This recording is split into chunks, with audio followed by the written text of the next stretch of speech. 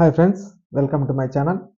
Davos నుంచి భారీ పెట్టుబడులను ఆకర్షిస్తున్న ఆంధ్రప్రదేశ్ ప్రభుత్వం ఇప్పుడు ప్రజలకు మేలు కలిగే మరిన్ని నిర్ణయాలైతే తీసుకుంటుందండి. అందులో భాగంగా ఫిబ్రవరి 1న పేదలకు అత్యంత మేలు చేసే పథకాన్ని అయితే ప్రారంభించబోతుంది. మరి ఆ వివరాలు ఈ వీడియోలో అయితే తెలుసుకుందాం. మీరు ఇంతవరకు నా ఛానల్ని సబ్స్క్రైబ్ చేసుకోకుండా ఉంటే దయచేసి సబ్స్క్రైబ్ చేయండి. దీనివల్ల నేను చేసే ప్రతి వీడియో యొక్క నోటిఫికేషన్ మీకైతే అందుతుంది. ఇక ఏపీ ప్రభుత్వ పథకాలకు సంబంధించి ఏ సమాచారాన్ని మీరు మిస్ అవ్వకుండా ఉంటారు. లైక్ చేయండి, షేర్ చేయండి. మీరు ఇచ్చే ఒక్క లైక్, మీరు చేసే సబ్స్క్రిప్షన్ మాకు ఎంతో ఎంకరేజింగ్గా ఉంటుంది. వీడియోని ఎక్కడా స్కిప్ చేయకుండా చివరి వరకు చూడండి. దీనివల్ల ఇంపార్టెంట్ పాయింట్స్ అయితే మిస్ అవ్వకుండా ఉంటారు. ఇక ఆలస్యం చేయకుండా వీడియోలోకి అయితే వెళ్ళిపోదాం. ఆంధ్రప్రదేశ్లో కూటమి ప్రభుత్వం కీలకమైన పథకాలను ఒక్కొక్కటిగా అమలు చేస్తూ ముందుకైతే వెళ్తోందండి.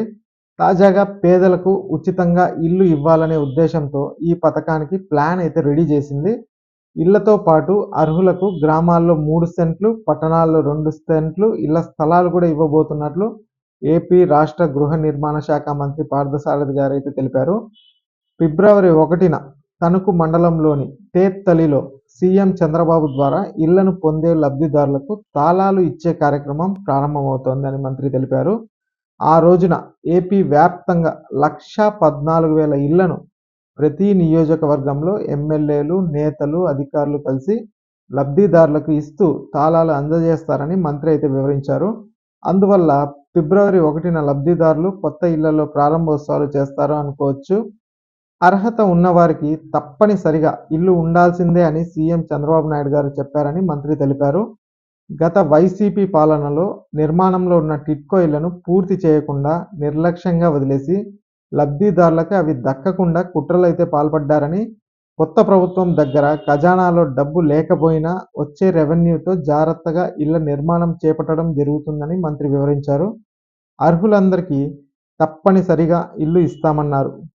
ఇళ్ల నిర్మాణం కోసం వైసీపీ హయాంలో కేంద్రం 4,500 కోట్ల రూపాయలైతే ఇచ్చిందని, కానీ ఆ డబ్బును మాజీ సీఎం జగన్ పక్కదారి పట్టించారని మంత్రి తెలిపారు. ఇప్పుడు 502 కోట్ల రూపాయలు ఇళ్ల నిర్మాణం కోసం 6 నెలల్లో ఖర్చు పెట్టామని, ప్రధానమంత్రి ఆవాస్ యోజన పథకంలో భాగంగా 7 లక్షల ఇళ్లు పూర్తి చేయడానికి కేంద్రం 2025 డిసెంబర్ వరకు అనుమతి ఇచ్చిందని మంత్రి తెలిపారండి. ఆ ఇళ్లను త్వరగా పూర్తి చేసేలా ఆదేశాలు కూడా ఇచ్చామన్నారు. ప్రస్తుతం ఇళ్ల నిర్మాణానికి ఇసుక కొరత ఉందని మంత్రి పార్థసారథి ఇసుక కోసం ప్రభుత్వం 5,19,00,000 రూపాయలు ఇచ్చిందని తెలిపారు. తద్వారా త్వరగా నిర్మాణాలు పూర్తవుతాయని కూడా అన్నారు. ఈ సందర్భంగా కొత్తగా ఇల్లు నిర్మించుకునే వారికి గ్రామీణ పేదలకు 3 సెంట్లు, పట్టణ పేదలకు 2 సెంట్లు చొప్పున ఇళ్ల స్థలాలు కూడా ఇస్తామన్నారు. ఇళ్ల స్థలాల పంపిణీకి త్వరలో విధి విధానాలు ఖరారు చేస్తామని కూడా మంత్రి గారు అన్నారండి. ఈ వీడియో నచ్చినట్లయితే ఒక లైక్ వేయండి, ఛానల్ని సబ్స్క్రైబ్ చేసుకోండి. Thanks for watching.